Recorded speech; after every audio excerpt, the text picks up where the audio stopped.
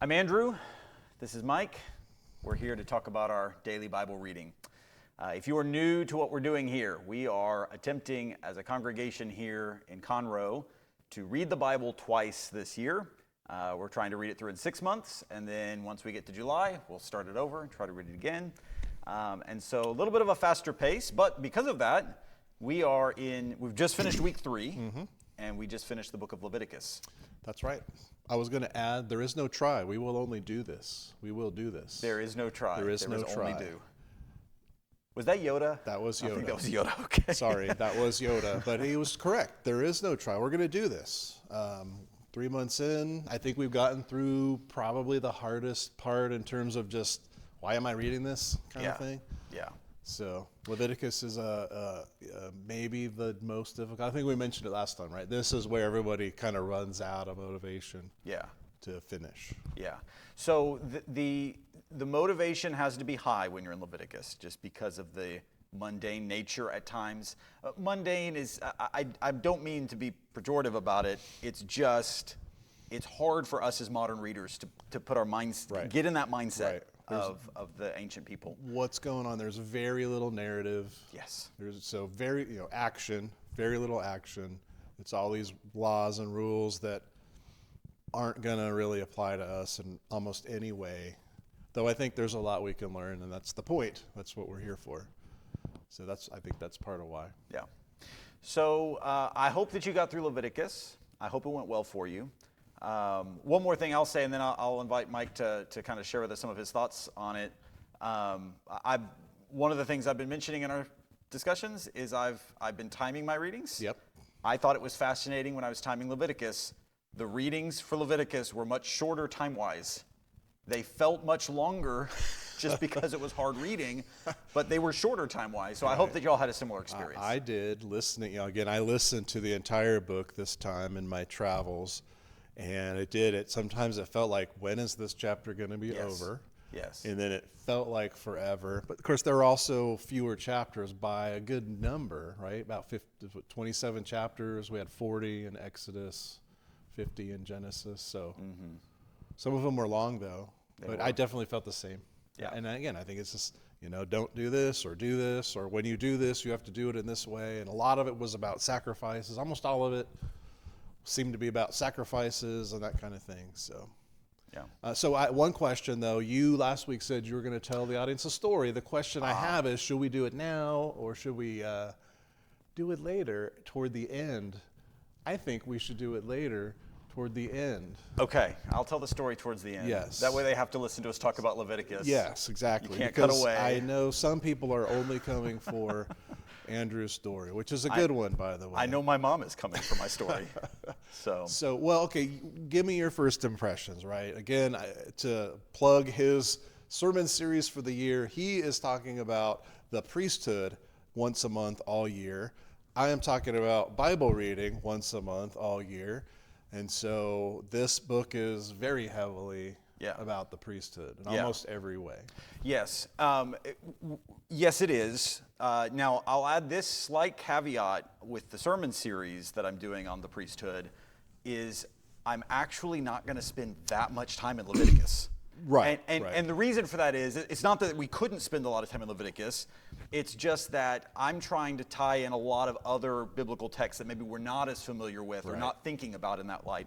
So don't expect, like, if you were excited about that series, continue to be excited about it. We're not going to go do a deep dive in Leviticus, but this is the foundation of a lot of the other priest stories later on in the Bible. Right. So, from the perspective of the priesthood, there's the instruction about the ordination of the priest. There's the instruction of the priests, the various feast days that they're sort of to preside over. All of the aspects. In my last sermon on that, we talked about how the priests were to take care of sacred space. And a lot of the aspects of how they go about doing that, the nuts and bolts of that, how do you take care of Yahweh's space? That's a lot of what Leviticus is about. Yes. And of course, it's named after the tribe of the priesthood, the Levi. And so it's clearly designed for them, for their instruction, and for them to use this document to teach the people. It's not all directions for the priests in Leviticus, but it's instructions for the people that are the priests are supposed to teach them. Right, right. Then it tells us who the priests are, who they're going to be, right? So going forward, because this is the beginning of this new nation and this law that's going to be in place for 1,500 years or so. And so a lot of it is looking forward. That's one of the things about reading all this, is it's looking forward to generations of people looking to this law to know what they're supposed to do. So to know who the priests are, to identify them, but also to know what they're supposed to do. And then there's more law coming in some of the other books, but how should they interact with the priests? How do the priests interact with the people? There's a whole lot going on from that kind of perspective. Yeah. Well, and then one of the things, we mentioned it last week, we already mentioned it today, is there's not a lot of story in Leviticus, but I think there's two narratives in the book, at least as I was reading through, those are the ones I identified. The first one is a story probably most of us have at least heard, where Nadab and Abihu, the priests of God, don't follow the instructions. And right. so, right off the bat, right? Yeah. Almost immediately it feels like yeah. they already just decide they want to do something different. Yeah. And it's not a long story, but it illustrates the fact that the priesthood is not perfect. Right. There's still something that there's a disconnect between the priesthood and Yahweh. And of course, if you're reading, this is a lot of what the sermon series is going to get into. If you're reading the bigger Bible picture, we're looking forward to a better priest. Right, right. It's interesting though, right? This is Aaron, the guy who was complicit in building the golden calf for these people, who kind of lies to Moses about it. And then God turns right around and says, Aaron, you're going to be the high priest, you and your sons forever. And then again, two of his sons get profane fire. Maybe it's as simple as that. It took fire from where they weren't supposed to. Somehow it was not as God commanded. There's a huge lesson there. And then, the next two brothers are raised up and they will continue. And that just underscores the imperfection of the priests and us. In the following story, those next two sons, even, I don't know if y'all caught that, the next two sons don't finish the sacrificial meal that they were supposed to. So even the ones that were raised up don't fully live up to the expectation. So that's a theme in Leviticus. And by the way, I'm going to transition into this, and I'll be curious if you have thoughts on it for you to talk about it. But one of the themes I noticed in Leviticus was there's a heavy emphasis on clean versus unclean. Yes. And it seems to me that one of the major themes in Leviticus is this separation between things that are allowed to be in God's presence and things that are not allowed to be in God's presence. And you see that played out in the story of the priests. But that's really the whole point, is how do we get to the point where we can live in God's presence permanently?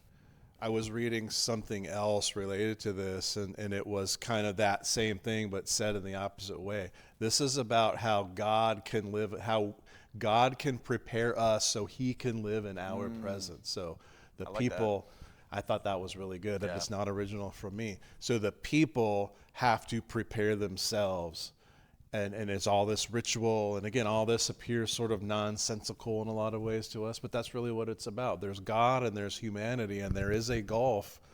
And this is how, at least at this point, how God is bridging that. Because remember, they built the tabernacle. He's there. His presence is there in the pillar and the fire. I think we sort of forget that. We think, well, that's how he's leading them in the wilderness, which is true, but that's his seat. That's where he sits.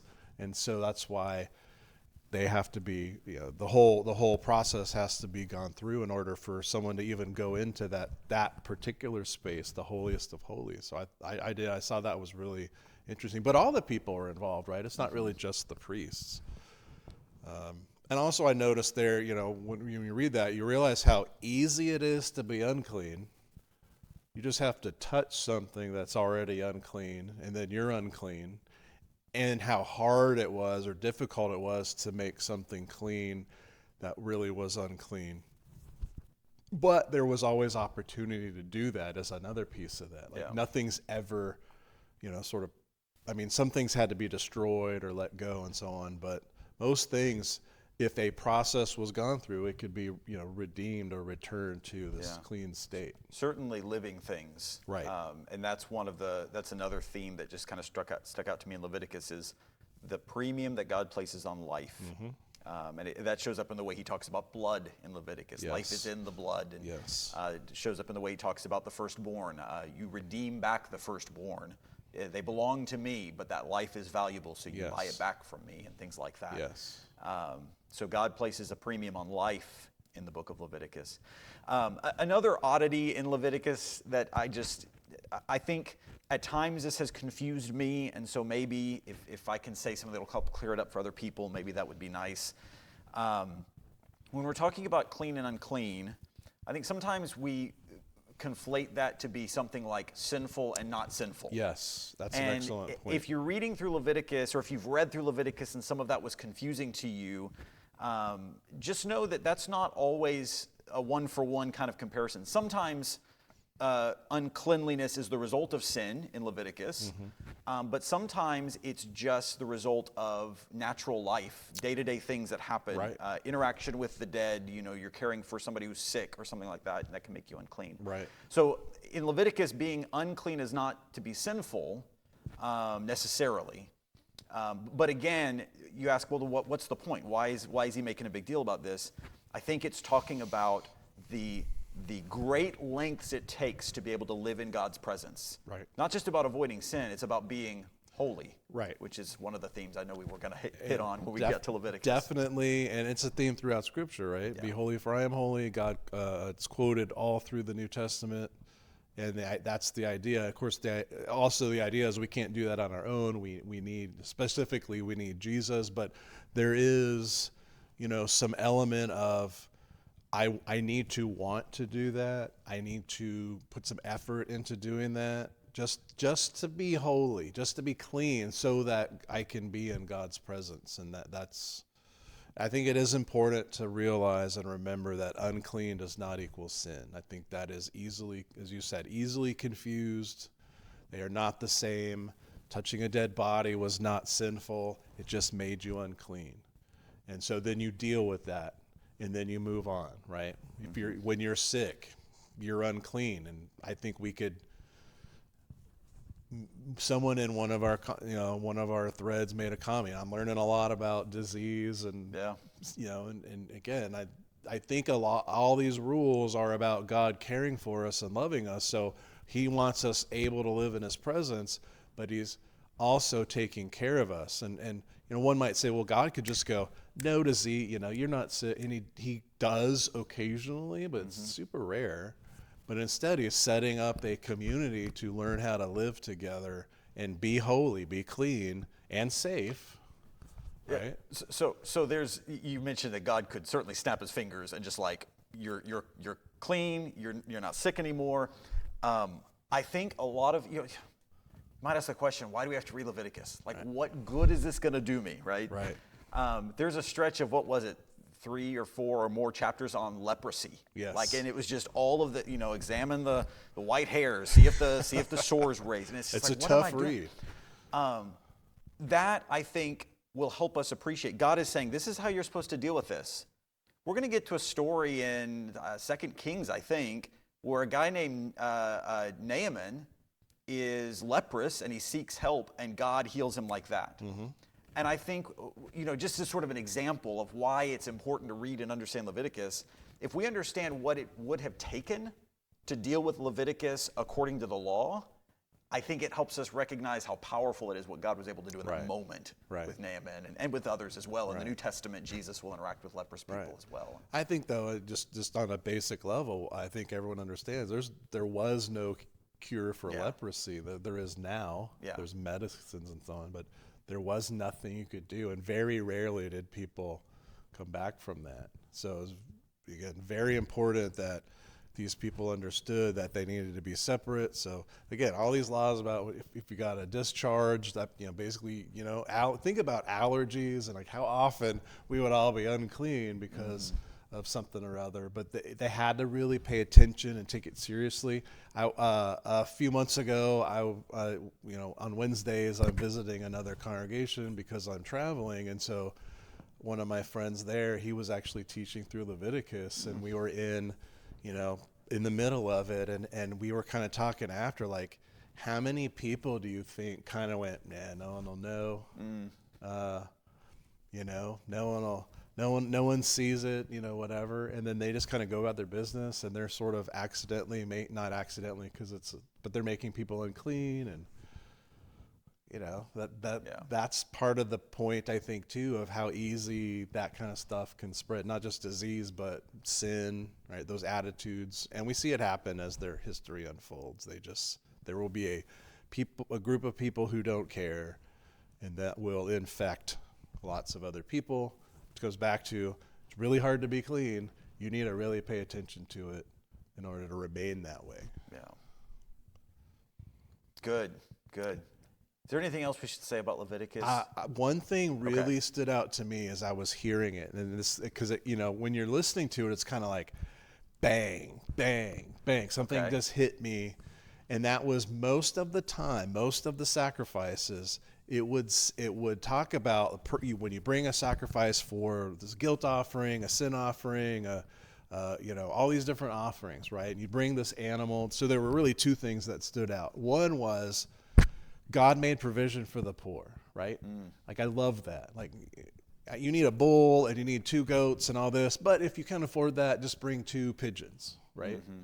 And of course, that had to be legitimate. And again, there's this element of your heart and God, right, involved in that, and in the judgment of how legitimate that is. But the other side of that was, in most of those cases, it was the person bringing the sacrifice that had to kill the animal. It just sort of, I'm not a farmer. I would not want to do that. But coming back to the idea of death and blood, that really brings home how important life is, and again, cleanliness is, because you had to kill that animal, and then the priest would take it and do all the other stuff. He would separate it and burn part of it, and they would eat part of it. And I did that. That really kind of jumped out of the speakers as I was listening to that section. You ever seen pictures of like the tabernacle and the temple later, and it all looks nice and clean? Right. That place must have been a mess. There is blood everywhere. It has to be. They're sprinkling blood on their robes. It must have stank. I mean, that's. I think a lot of times our images don't do justice to what that place must have looked like. And you think about all of the work they just put in at the end of Exodus to build this out of the finest material. Right. You've got your gold, you've got your scarlet, you've got all of this great stuff. And then immediately they just start throwing blood everywhere. And I think there's a visual representation there of what the consequence of sin is. Yes, I think, that's the point, I think. Otherwise it becomes this stale, dead thing, right? Yeah. And no, it's constant. So they're constantly have to clean it. Mm-hmm. And then they constantly, get it dirty again, throw blood on it. Every sacrifice, blood gets thrown on the side of the altar, and then some gets sprinkled here. I mean, it's wild when you start. I've never tried to add up and figure out how much is going on, but I mean, I think most people probably, if they've been in church much, have heard the stories about feast days and the kind of the rivers in Jerusalem running with red, and that just stands out as something really difficult, I think. Yeah. Well, if that wasn't difficult enough, we get to turn to Numbers. We do. Which is much easier reading, I will say. A lot more narrative. But the story doesn't get happier. That's what I mean. Like there's very little happiness in the book of Numbers. So there's a few things to think about in the book of Numbers as we kind of get ready to launch into it. First of all, Numbers is the Greek name. That's sort of what the Septuagint called it. Mm-hmm. And it gets that name because the first few chapters are just genealogies, which will not be fun to read. Nope. But, They're even less fun to read out loud in public, though. That's true. That's true. I always tell kids in my Bible classes, just be confident. Nobody else knows either. So you got a lot of genealogies, but the Hebrew title is In the Wilderness. In the Wilderness. And the reason it's in the wilderness is because that's literally where the story takes place. And I'll give my brief summary, and then if you want to add something to it, you're welcome to. But the basic summary of the book of Numbers is God's people are going to wander in the wilderness until a whole generation dies, and that's the story. That's it. So, yeah, because Leviticus, they're still basically at Mount Sinai, that's right? right. That's and then right. then they go and they do this thing where they try to go into Canaan, and it all unravels. But we won't spoil that. Yeah, no for you. spoilers here. Yeah, yeah. That is but there will that be would blood. make a very depressing, film, right? Yeah, yeah. All right. I'm just going to let him read Numbers. Yeah, I'm let's not gonna just spoil read anything Numbers. else. I don't think we need to say too much about Numbers. Yeah. Last week maybe we gave too much away. I think what everyone really wants to hear is your story about reading. Okay. So last week I teased this story, and basically the reason this story comes up is because this Bible reading plan, it's a 6-month plan, and it's based off of one I read back when I was in high school. I would have been probably a freshman in high school, so 14, 15, whatever that age is. And my dad had a book that encouraged you to read through the Bible in 3 months. And I was fascinated by that, the speed at which you could read through the Bible. And it's a hard task. It's about 16 chapters a day on average. So just about double what we're doing, obviously. So like an hour to hour and a half a day, yeah. Yeah, and but I latched onto that. And one of the first times I legitimately read through the Bible, it was in 3 months. Now, where that took sort of a dark twist was the day that my mom burst into my bedroom and instructed me to stop reading the Bible. And so I think I lay claim to one of the only preachers who has been grounded from reading the Bible. Now, if you ask my mom, she's got a whole story about how I wasn't doing chores and I was hiding away. I was hiding away from my responsibilities, and but I don't know. I was just trying to read. When she visits next time, I'm going to ask. But and you know what? You might post your you might post your thoughts on that. She's probably got a version of this story. It'll probably show up in the comments somewhere. Suspect. But I mean, that's kind of wild, right? Yeah. Which maybe is an important point. Like, we can do too much of this to the extent if it's interfering with things we need to be doing. But I don't think any of us think that 30 minutes or an hour is really going to be that of an imposition. But when you're a teenager and maybe you're doing this good thing, but you're letting some of the other things go. Yes. And obviously, I love my mother dearly. She and my dad raised me. I'm very thankful for the upbringing and the encouragement they gave me to read the Bible. But that was sort of a funny that I like to bring up at family dinners. Yeah, so. That's good. But Ecclesiastes, right? He tells us there can be too much from this Proverbs. Too much is weariness, and as people who have gone to college and done some higher level stuff, there's a lot of work going on there, and you'll never get to the end of it. And I think one of the points we want to make again is we're not reading to get everything. We're not reading to learn everything. This is not about winning Trivial Pursuit. This is about reading it in large enough chunks so that we can really digest the big picture and let these things kind of settle into our minds. We're so used to reading a couple of verses or a little chunk here and there, which has its value, that reading it at the speed or that we're talking about now or doing now is, I think, of enormous value to just let it settle in. So that's why we're doing it twice. That's right. We want to just become familiar with the text so that when some question arises, we can go back in our memory bank and say, I think I read in Leviticus one time. Right. And we can go find that. Right. So that's our goal here. And we'll have other goals as we go along. As we continue this and other projects, we'll encourage different kinds of reading. We'll encourage different levels of reading. But right now we're just trying to get in the Word. And so that's what maybe that's something we can talk about one of these days. Not in one of these videos, but maybe in others. Sure. What are those different levels of reading? Yeah. And how do we accomplish that and why? Yeah, very good. Well, in the meantime, we encourage you to jump into the book of Numbers this week. We want you to be reading. Give it 30 minutes a day. Even if you're not staying with the schedule, if you're not with us, if you fell behind in Leviticus or back in Exodus or Genesis, feel free to pick up right here in Numbers with us. Just start in Numbers chapter 1. Absolutely. Or if you are, go back and just pick up wherever you are. Whatever it is to get you in the text, that's what we're trying to do. And so let us know how we can encourage you in that way. But until next time, we will see you later, guys.